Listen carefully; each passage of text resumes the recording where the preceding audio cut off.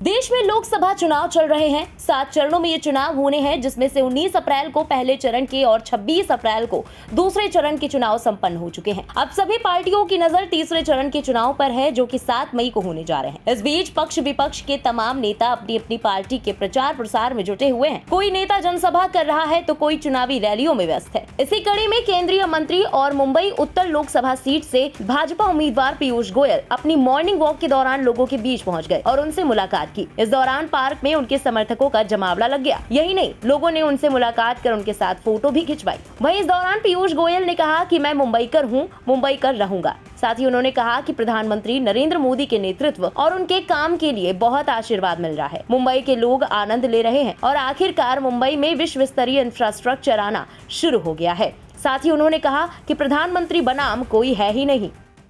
मुंबईकर हूँ, मुंबईकर रहूंगा और जो प्यार और जो स्नेह और अभिनंदन भारतीय जनता पार्टी के लिए है, प्रधानमंत्री नरेंद्र मोदी जी के कार्य के लिए है, वो हम सबकी सामूहिक खुशी की बात है। मैं समझता हूँ ये पूरा मोदी परिवार यहाँ पे है और गोपाल भाई ने जिस प्रकार से सालों दशकों से इस क्षेत्र में परिवर्तन, ये इनका पहला उद्यान था और यहाँ से शुरू करके और उन्हें कई सारे, जब हम फाउंडर मेंबर हुए थे, अरे वाह, 1000 का बोर्ड लगा था। आज आप लोगों से मिले हैं, लोगों ने आपसे हाथ मिलाया है, सेल्फीज ली हैं आपके साथ में। लोगों की क्या प्रतिक्रिया रही? पिछले 1 महीने से आप लगातार देख रहे होंगे, आज क्या महसूस किया आपने लोगों? बहुत ही आशीर्वाद मिल रहा है प्रधानमंत्री नरेंद्र मोदी जी के नेतृत्व के लिए, उनके काम के लिए और जिस प्रकार से उन्होंने पूरे विश्व में भारत का नाम रोशन किया, मैं समझता हूँ हम सब के लिए गर्व की बात है। और विशेषकर यहाँ तो हमारी नारी शक्ति इतने बड़े संख्या में है। कौन भूल सकता है वो दिन जब हमारे माता बहनों, बहुओं, बेटियों को शौच के लिए गांव में, खेत में जाना पड़ता था।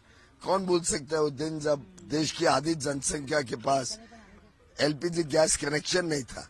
इनको भी एलपीजी था, लेकिन अगर रिफिल चाहिए तो 15-15 दिन रुकना पड़ता था, ललो चप्पो करनी पड़ती थी सिलेंडर वाले की। और पानी की किल्लत, अनेक समस्याएं जिसमें बहुत काम हुआ है, बहुत पहल हुई है। अभी बीएमसी ने भी यहाँ पे पानी की समस्या के सामने लड़ाई, युद्ध लड़ना शुरू किया है। ड्रेनेज जिस तरीके से समुद्र में जाके प्रदूषित करता था, उसके हम कम से कम, मैं 40 साल से सुन रहा हूँ कि ड्रेनेज सुएज क्लीन होके जाएगा पानी में। अब जाके एकनाथ शिंदे, फडणवीस सरकार, पवार सरकार ने मिलके बीएमसी से वो ऑर्डर्स निकाले और एक प्रकार से सभी मुंबईकर आनंद ले रहे हैं कि मुंबई में फाइनली वर्ल्ड क्लास इंफ्रास्ट्रक्चर आना शुरू हुआ है। सिंगापुर हो गया, सिंगापुर होगा। उत्तर मुंबई की सीट में प्रत्याशी बदले गए थे, गोपाल जी की जगह आप प्रत्याशी बने थे। लोगों ने कहा कि पार्टी में बहुत मनमुटाव है, बहुत अंतर्विरोध है, लेकिन वो तो यहाँ देख लो आप, किसी को आपके साथ खड़े हैं, तो ये एक स्टेटमेंट पहले दिन से जब मैं यहाँ आया, उल्टे जब मुझे मेरा नाम घोषित, तो हमें तो किसको मालूम नहीं होता, हम सब कार्यकर्ता हैं पार्टी के। अलग अलग समय सबको अलग अलग जिम्मेदारियां दी जाती है। इस समय मुझे ये जिम्मेदारी दी है, वर्षों तक गोपाल जी ने जिम्मेदारी रखी। भारतीय जनता पार्टी की ताकत यही है कि हम एक कार्यकर्ता की पार्टी है। पार्टी अलग अलग समय में अलग अलग काम करने कहते हैं, वो काम करते हैं। उन्होंने भी 40 साल और हम दोनों का सानिध्य रहा है, 40 साल का हमने साथ में पार्टी के लिए काम किया है। और मेरा मानना है कि ये पार्टी इतनी महान है कि हर एक का योगदान, और गोपाल भाई को आगे क्या योगदान देगी वो पार्टी तय करेगी। कुछ सालों की बात छोड़ दें, 2004 और 2009 के बाद से लगातार ये बीजेपी का गढ़ ही रहा है और पिछली बार तो कीर्तिमान भी यहाँ पे बना है। तो पार्टी का जो काम रहा है, गोपाल जी का जो काम रहा है, जो अन्य जनप्रतिनिधि हैं बीजेपी के, उनके जो किए हुए काम है, उसका कितना फायदा आपको मिल रहा है? लोगों से संपर्क जो है आपको, उसका कितना फायदा मिल रहा है? आपके कार्यकर्ता, यहाँ के लोग कमाल के हैं और कमाल के लोग ही कमल को चुनते हैं। लेकिन मैं इतना कह सकता हूँ, जितना मैंने यहाँ के हमारे आमदार, चाहे वो योगेश सागर जी हों, सुनील राणे जी हों, अतुल भातखलकर जी हों, मनीषा ताई चौधरी हों, प्रकाश सुर्वे हों, प्रवीण दरेकर हों, भाई गिरकर हों, ये जो 7 आमदारों की टीम गोपाल भाई के साथ लगी, साथ में 24 हमारे नगर सेवक है। भारतीय जनता पार्टी का तो एक एक कार्यकर्ता अपने आप में नेता है और जनता के साथ जुड़ा रहता है, जनता की समस्याओं के लिए सदैव तत्पर रहता है।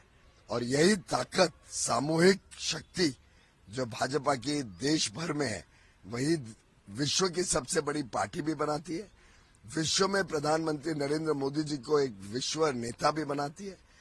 और आप देखें तो शायद ही किसी प्रधानमंत्री को इतने सारे सम्मान विश्व भर में मिले, और वो सम्मान वो देश के 140 करोड़ लोगों को समर्पित करते हैं। सर, इस सीट पे आपका आत्मविश्वास दिख रहा है, लोगों के जो भाव है वो भी बता रहे हैं कि कहीं ना कहीं आप बढ़त पे हैं, लेकिन कल जो आपने बात कही, राहुल गांधी को आपने यहाँ से लड़ने का न्योता दिया था, उसके लिए क्या कारण लगता है? क्यों आपने कहा कि राहुल जी को यहाँ से लड़ना?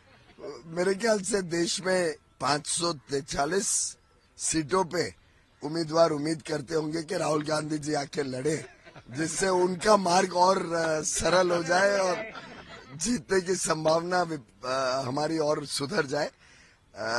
आज तो तकलीफ यह है कि नरेंद्र मोदी बनाम कुछ पता ही नहीं, कोई देश में और चुनौती देने वाला विपक्ष में नेता ही नहीं है। और उनके विपक्ष की देखिए क्या दुर्दशा है। पश्चिम बंगाल में उनके इंडिया अलायंस के सब सदस्य एक दूसरे से लड़ रहे हैं। कांग्रेस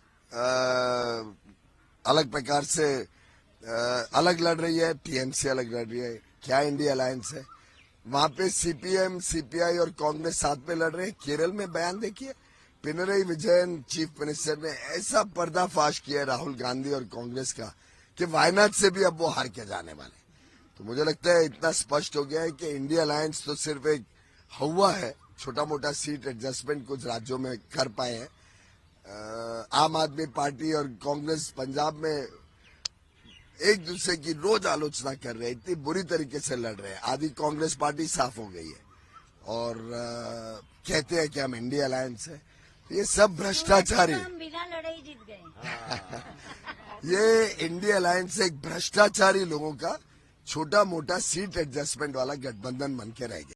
आपको बता दें कि महाराष्ट्र में 48 लोकसभा सीटें हैं। मुंबई में 20 मई को मतदान होने हैं। मौजूदा लोकसभा चुनाव का पहला और दूसरा चरण खत्म हो चुका है। जहां पहला चरण 19 अप्रैल को हुआ था, वहीं दूसरा चरण 26 अप्रैल को आयोजित किया गया था। वहीं अब महाराष्ट्र में आगे 7 मई, 13 मई और 20 मई को चुनाव होंगे।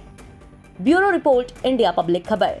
इसी के साथ इस खबर में अभी के लिए बस इतना ही। लोकसभा चुनाव से जुड़ी तमाम लेटेस्ट अपडेट्स और देश दुनिया की बाकी खबरों के लिए सब्सक्राइब करें इंडिया पब्लिक खबर के YouTube चैनल को और बेल आइकन दबाना बिल्कुल ना भूलें।